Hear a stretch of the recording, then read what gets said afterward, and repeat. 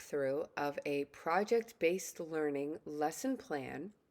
It was created for Fairfax County Public Schools, and its intent was to have buy-in and an understanding of good digital citizenship skills for elementary school students right from the beginning of the school year, especially during 2020 when our back to school season included students who were learning remotely.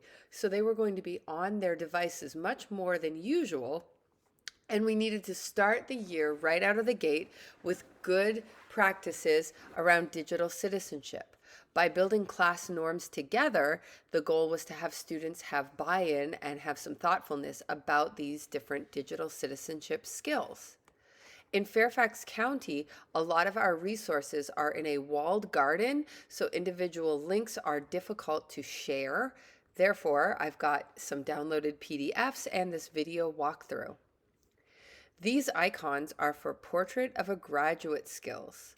Portrait of a Graduate is a concept and a program throughout Fairfax County schools where certain 21st century skills are included in lessons and students reflect on their growth in these different areas, no matter if they're doing a digital citizenship lesson or a math lesson or a reading lesson or anything like that. So student self-reflection as a communicator, goal-directed and resilient individual, ethical and global citizen, collaborator, and critical and creative thinker are included in all of the different stages of this lesson plan. These links and resources are through Common Sense Media, and you can actually reach the YouTube playlists from the document.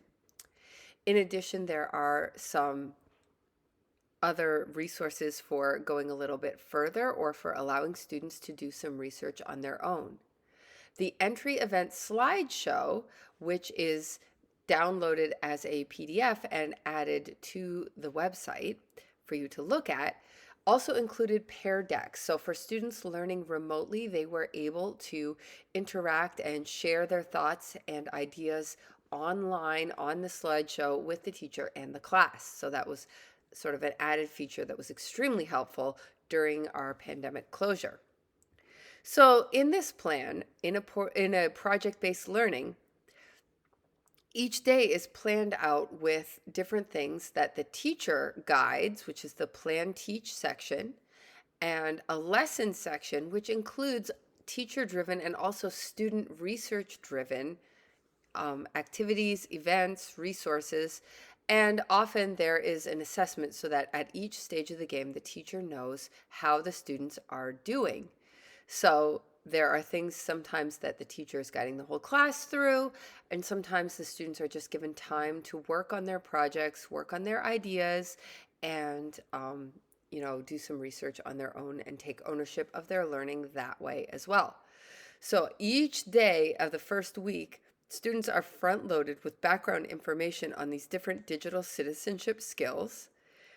And when they reach the end of those skills, it's time to start creating class norms together.